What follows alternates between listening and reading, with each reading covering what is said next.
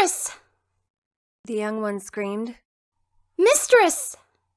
She screamed again, running into the dining hall. All 25 viewers broke eye contact with the crown to look at the young one running in. The crown didn't pause to look. She continued to eat. The viewers realized what they had done. All but one of the viewers corrected their behavior and returned their attention to the crown.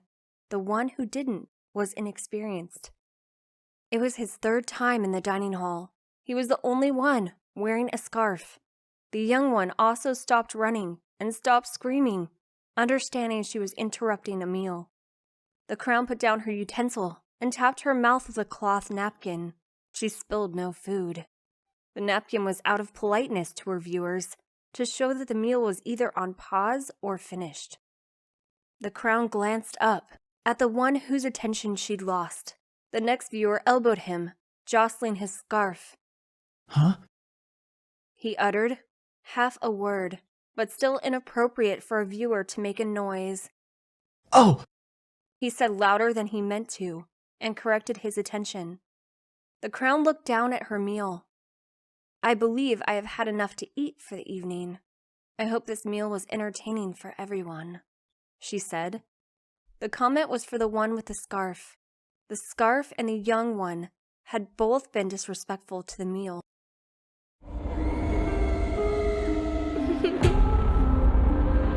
Disturbed Lord. She gestured to the scarf to step forward.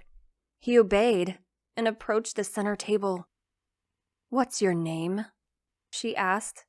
The scarf played with the loose threads nervously. I don't have a name, mistress. The crown fondled her utensil. It's not often someone without a name is invited to a meal. Yes, mistress. I was invited because of my work in the rabbit farms. My meal was a stuffed rabbit. He nodded. I increased production so that we could eat them earlier this year. It was a good meal. Then there was an uncomfortable silence. Of course, it was the crown that broke the silence.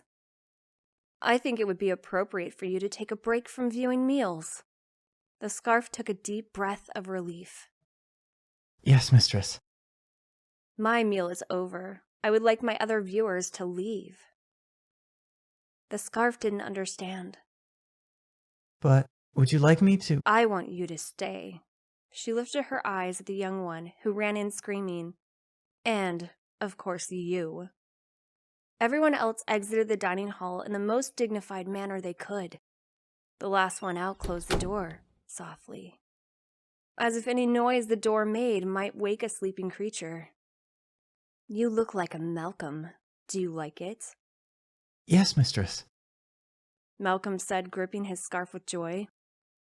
Don't lose it. You're invited back to view a meal, but be more mindful. Of course, mistress. He was overcompensating with all of the mistresses, but he was right to do so.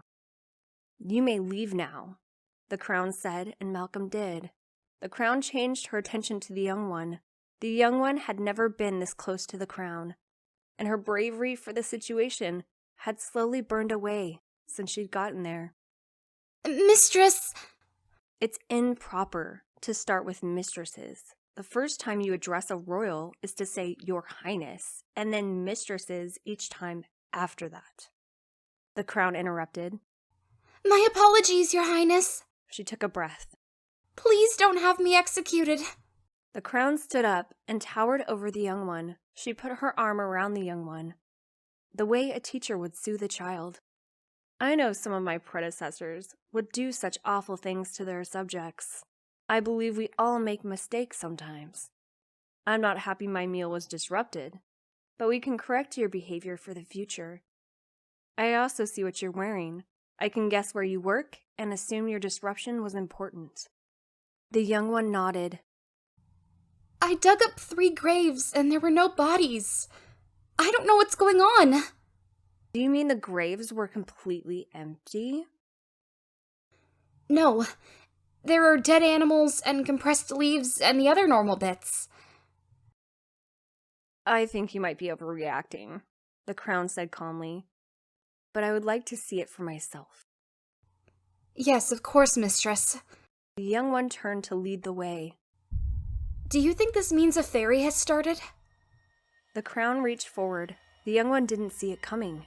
She was facing the door. The crown grabbed the little one off the ground and pulled her head off her neck. She fell to her knees and held the small limp body against hers. She coddled the body. Tears formed on the crown's eyelids. Why did you have to say it? What did you have to ask?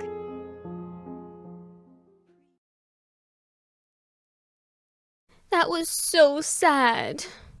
I really liked the young one. I wanted to give them head pats. Hey, remember the cupcake? What do you think happened to it? I find it really funny to hear what humans think the cupcake is all about. You're all wrong. But it's okay. I know you're trying. Time to subscribe so you can make more of your human theories and then see videos confirm them. Or break them. Bye!